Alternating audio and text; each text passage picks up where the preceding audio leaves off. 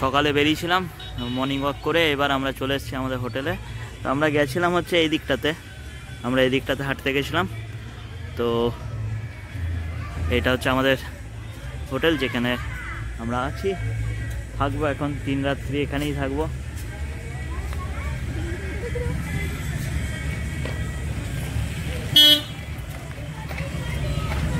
ওই সাইডে পার্কিং আছে। তো পরে আমি ভেতরটা দেখাবো। তো মা ওখানে একটু পুজো করছে। হ্যাঁ, তো পরে আমি ভেতরটা দেখাবো। তো এখন আমি একটু বাইরের থেকে দেখিয়ে দিলাম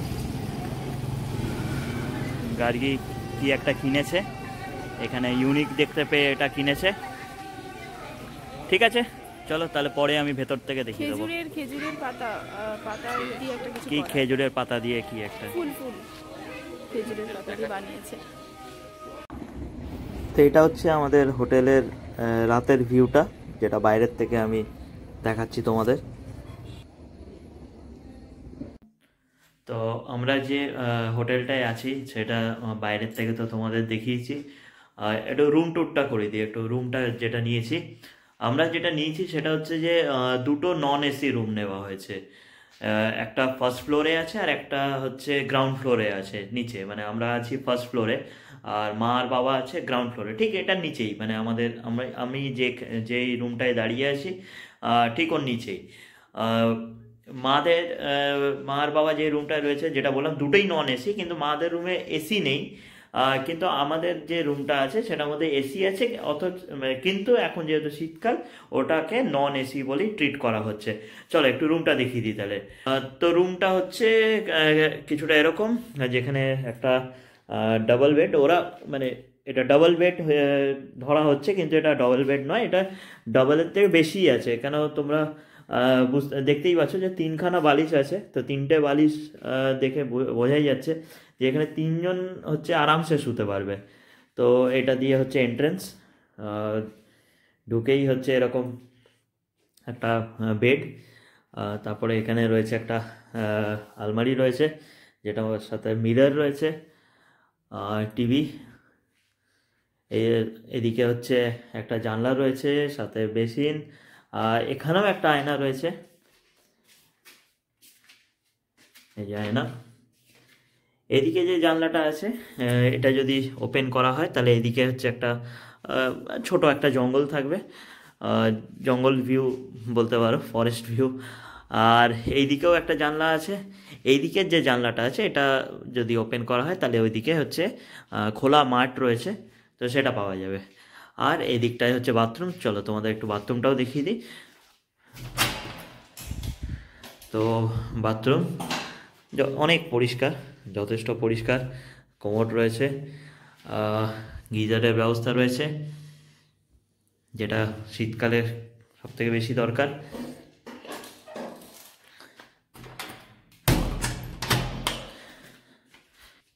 তো রুম বেশ ভালো, বেশ অনেকটাই বড় আছে।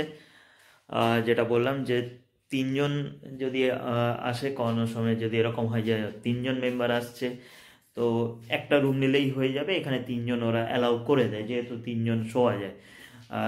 যেটা হচ্ছে যে আমি জিজ্ঞাসা করলাম যে যদি এরকম হয় যে 3জন আসছে, কিন্তু যদি 3জন মেল হয় বা 3জন ফিমেল হয় তাহলে এখানেই হয়ে যাবে, এই খাটেই হয়ে যাবে। আর যদি এরকম হয় যে 2জন ফিমেল 1জন মেল, তাহলে ওরা আলাদা করে একটা হচ্ছে ক্যাম্প খাট দিয়ে দেবে, যেটা রুম একটাই থাকবে কিন্তু ওরা আলাদা করে দিয়ে দেবে। তো এর জন্য এক্সট্রা কোনো আর চার্জেস নেই।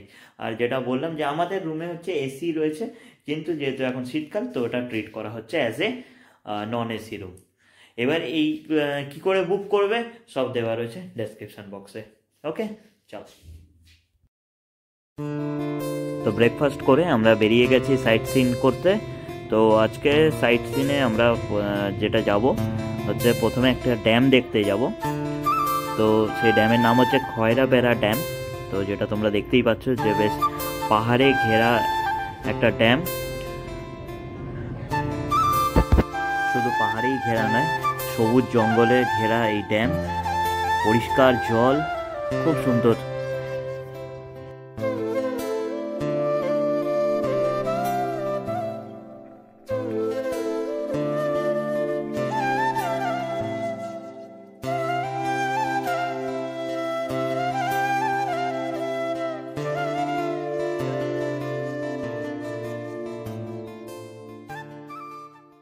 খয়রাবেড়া ড্যাম দেখে আমরা চলে এসেছি চড়িদা, যেটাকে বলা হয় মুখোশ গ্রাম।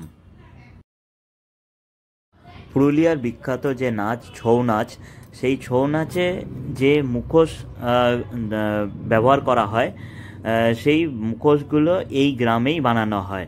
চড়িদার এই গ্রামে 8 থেকে 80 সবাই হচ্ছে গ্রামের প্রত্যেকটা পরিবার হচ্ছে এই মুখোশ তৈরির সাথেই যুক্ত। যেরকম তোমরা এখানে দেখতে পাচ্ছ, একটা বাচ্চা মেয়ে, সেও আজকে যেরকম মুখোশ বানাচ্ছে, আবার তার বাবা বা তার দাদুও এই হচ্ছে মুখোশ বানানোর শিল্পর সাথে জড়িত। মুখোশ বানানোর এই যে শিল্পটা, এইটা এই গ্রামের জেনারেশন আফটার জেনারেশন কিন্তু চলেই আসছে। এক জেনারেশন থেকে আরেক জেনারেশন হচ্ছে তারা ট্রান্সফার করে।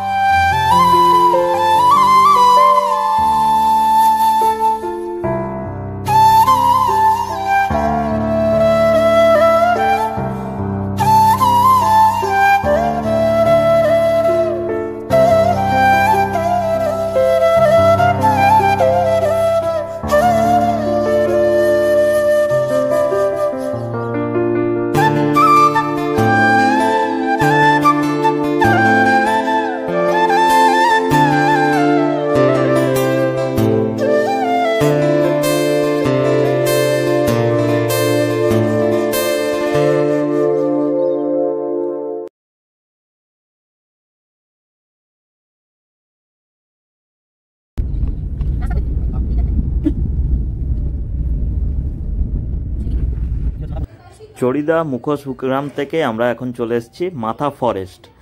তো এই ফরেস্টে হচ্ছে আমাদের এই সিঁড়ি দিয়ে ওপরে যেতে হবে। ওপরে গেলে নাকি একটা মন্দির আছে, সেই মন্দির আমরা দেখতে পাবো। তো চলো যাই। যখন আমরা এবার দৌড়ে নেবে, তারপরে বলবে আশপাশগুলো দেখাবো। আমি ইয়ে করেছি, মানে যে চাপছি সেটা নিয়েছি। আশেপাশেগুলো দেখো।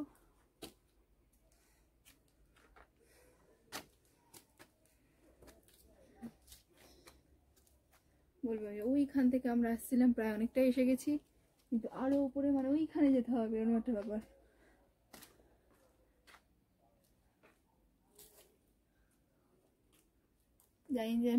জানি না ফ্রেন্ডস, তোমাদের কতটা দেখাতে পাচ্ছি, কিন্তু ওই ওপরে যেটা দেখতে পাচ্ছ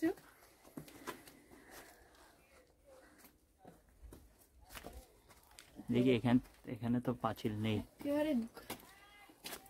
হ্যাঁ, ঘন জঙ্গল এখানটা একদম।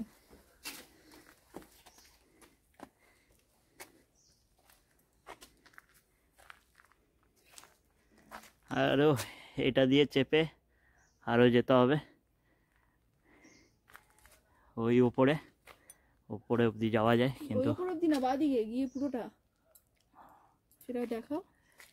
এখান থেকে গিয়ে পুরো এতটা ওইদিকে চলে গেছে, বাদিকে বেঁকে গেছে। ঠিক আছে ঠিক আছে ঠিক আছে, ওইগুলো পরে বসানো যাবে। চলো আমরা নিচে নেমে যাই তাহলে। তো আমরা নিচে নেমে যাচ্ছি, কারণ যেটা বললাম যে আরও অনেক উপরে যেতে হবে, তো আর উপরে গেলাম না, কেন আর উপরে গেলে আরও অনেক টাইম লাগবে, আর আরও অনেক সিঁড়ি। ঠিক আছে, তো উইদাউট ট্রেনার যাওয়া যাবে না, নয় দেবে সিঁড়ি ভাঙতে আর ট্রেনিং কি লাগবে? তো সিঁড়ি ভাঙতে তো আর ট্রেনার লাগে না। ট্রেকিং হলে তাহলে তোমার ট্রেনার লাগতো, কিন্তু ট্রেকিং করা তো নয়, সিঁড়ি ভাঙতে হবে। যেরকম তোমরা দেখলে যে এতগুলো সিঁড়ি, তো আর সেই সিঁড়ি ভাঙতে ভাঙতে ওপরে যেতে হবে। ওপরে যেতে পারলে ভালো হতো। একটা মন্দির আছে ওই পাহাড়ের ওপরে, একটা মন্দির আছে, আর পাহাড়ের অত উপরে মন্দির, আর তার সাথে হচ্ছে একটা ওখানে কুয়ো আছে, মানে যেটা ভাবা যায় না, মানে পাহাড়ের ওপরে কুয়ো। তো সেই জিনিস তো উঠতে পারলে ভালো হতো, তাহলে এরকম জিনিস দেখাতে পারতাম, কিন্তু যাই হোক হলো না। অন্য কোনো বার এসে ট্রাই করব, দেখা যাক। তো এখন নিচে নেমে যাই, তো এই নিচে নেমে যাচ্ছি আমরা। মা আর বাবা তো আর উঠলো না, তাও আমরা অনেকটা উঠেছিলাম। মা আর বাবা তো ওখানেই আছে, ওই যে বাবা ফটো তুলছে ওখানেই দাঁড়িয়ে।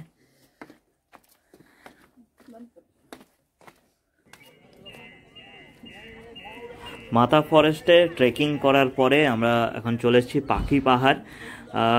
এই পাখি পাহাড়ের ব্যাপারে একটু বলি, সেটা হচ্ছে যে এই যে দূরে যে পাহাড়, এই পাহাড়ের গায়ে হচ্ছে পাখি আঁকা আছে। স্যার চিত্ত দে, যাকে দ্য ইনভেন্টার অফ পাখি পাহাড় বলা হয়, তিনি 3 দশক ধরে এই পাহাড়ের গায়ে হচ্ছে বিভিন্ন পাখির চিত্র এঁকেছেন। তো আমরা যখন এই পাখি পাহাড় পৌঁছাই তখন অনেকটাই লেট হয়ে গেছিলো। তো আমি জানি না তোমাদের আমি কতটা ভালো করে দেখাতে পারছি, কিন্তু আমি তোমাদের সাজেস্ট করবো যখনই তোমরা এই পাখি পাহাড়ে যাবে, চেষ্টা করবে যে এটা আলো থাকতে থাকতে, মানে এই ধরো দুপুরবেলায় 12টা 1টা এই টাইমে যদি যাও, তাহলে এখানকার সৌন্দর্যটা আরও ভালো করে তোমরা দেখতে পাবে। আর এই যে যেটা পাখি পাহাড়, মানে যেটা পাহাড়ের গায়ে যে পাখি যে আঁকা আছে, এটা আরও ভালো করে দেখতে পাবে। তো যেহেতু লেট হয়ে গেছিলো, তো সেই জন্যে আমরা আর পাহাড়ের কাছাকাছি আর যাইনি, কারণ এর পরেও আমাদেরকে আরও অন্য সাইট সিনে অন্য স্পটে যেতে হবে। তাই এখান থেকেই যতটা আমি পেরেছি তোমাদেরকে দেখানোর চেষ্টা করেছি। পাখি পাহাড় দেখে গ্রামের পথ ধরে আমরা চলে যাচ্ছি আমাদের পরবর্তী ট্যুরিস্ট স্পটের দিকে, যেটা হচ্ছে আরও একটা ড্যাম। তো চলো নিয়ে যাই তোমাদের। তো আমরা আছি এখন পার্টি লেকে, হয়তো উচ্চারণটা একটু ভুল করছি, পার্টি এরকম হচ্ছে নাম আছে। তো ওই যে ওদিক থেকে এলাম, তো ওখানে পাহাড়ের নিচেই একটা মাঠ মতন আছে, যেখানে এখন পিকনিক চলছে, বছরের শেষ পিকনিক। তো শুনতেই পাচ্ছ গান চলছে। তো এই যে লেকটা, এটা হচ্ছে লেক, যেটা বললাম পার্টি লেক, আর একদম পাহাড়ের গায়ে এই যে পাহাড়, এটা হচ্ছে ভিউটা পুরো এই লেকের।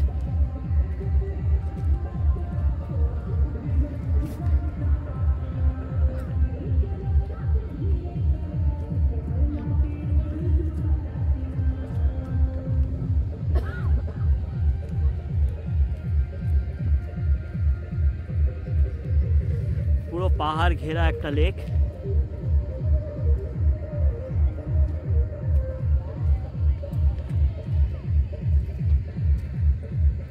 বল্লভপুরের রূপকথা যারা দেখেছো, তো ওই মুভির লাস্ট সিনে এই জায়গাটা কিন্তু বার্ড আই ভিউ কিন্তু দেখায়, যেখানে দেখানো হয় যে একটি পাথরের উপরে হচ্ছে রাজা, মানে যে আমাদের ওই ফিল্মের হিরো আর যে হিরোইন যে আছে তারা একটা পাথরের উপর শুয়ে আছে।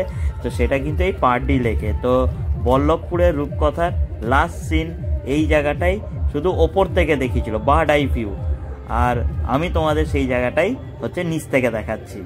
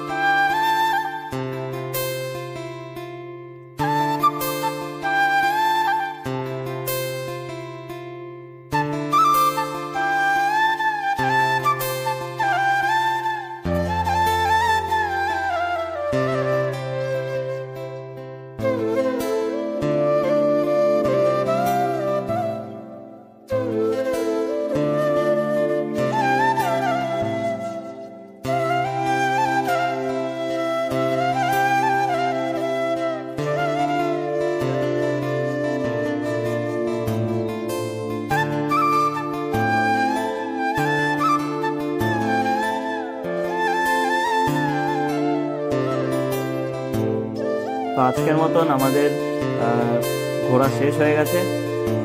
কালকে আমরা কলকাতা রিটার্ন করব, কিন্তু তার আগে আমরা আরও কয়েকটা জায়গা দেখে তারপর রিটার্ন করবো। সেটা হচ্ছে পুরুলিয়ার আরেকটা সাইড, মানে যেটা হচ্ছে জয়চণ্ডী পাহাড়, গড় পঞ্চগড়, ওই সাইডটা আমরা কালকে যাব। তো আজকের মতন টাটা।